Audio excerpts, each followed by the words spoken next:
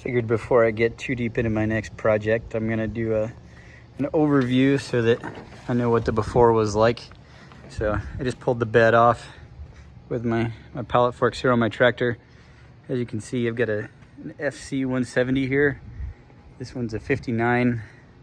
It's in pretty rough shape. Typical rusted cab corners. And got a dent in the bumper. Coming through a whole lot of patina.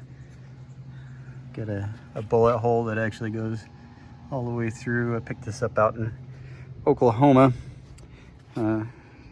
Just pulled this off. I've had the bed off before and primered a little bit over the rust just to get an idea of what I had. I've been inside it a little bit just to see what I could do. The engine spins. Got new floor pans that I'm gonna have to have put in. I don't know if I'm up to that type of welding yet, but inside's pretty rusty. It's got the original glove box though. And you can see out the bottom here. And it's also got ashtray and cigarette lighter, which I'm told are pretty rare.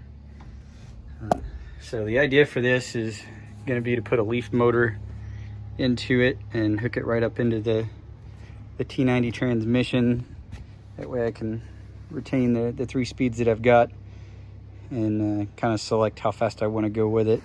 Planning on putting battery packs in here. I haven't decided if I'm going to go with Leaf batteries or maybe a Chevy Volt battery. I've been doing some research on that. I haven't quite come up with what I want to do yet. So I think my main challenges are going to be getting an adapter to go into the T90 and a coupler so that I can hook the T90 up to it. So this is what the engine compartment looks like in here.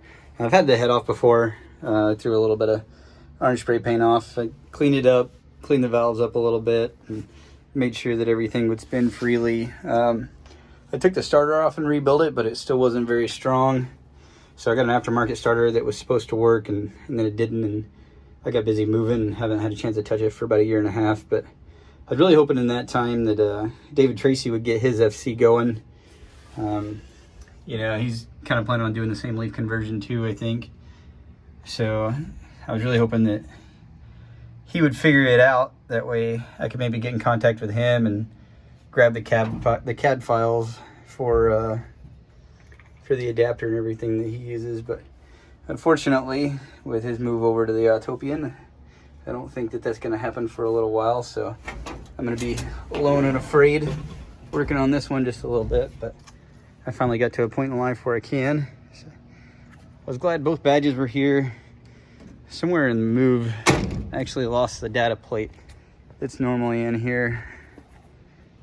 Here's the front, so I'm gonna have all new glass except for that back glass. You see where the bullet came out here. And then unfortunately I had the data plate. I took it off to clean it, and whenever I moved I haven't located it again, but I'm really hoping that that'll be something that I can find. And then this is the biggest concern with the rust is this windshield header channel up here. I think I'm gonna have to consult with somebody who really knows what they're doing to maybe get something welded in there and get that fixed. But all in all, it's pretty solid. The doors open and shut just fine. All the mechanical bits turn like they're supposed to. I'm gonna pull the axles apart, rebuild them, probably do a disc brake conversion, be able to get rid of that gas tank and these nice exhaust coming out here. It's got dual exhaust for some reason, even though all 6 cylinders come out on the same side. But who knows what's happened to this during the life of the truck. But it's a quick update on kind of what I've got going on right now, and hopefully I'll be able to document this a little bit so that it can help other people out if they need it.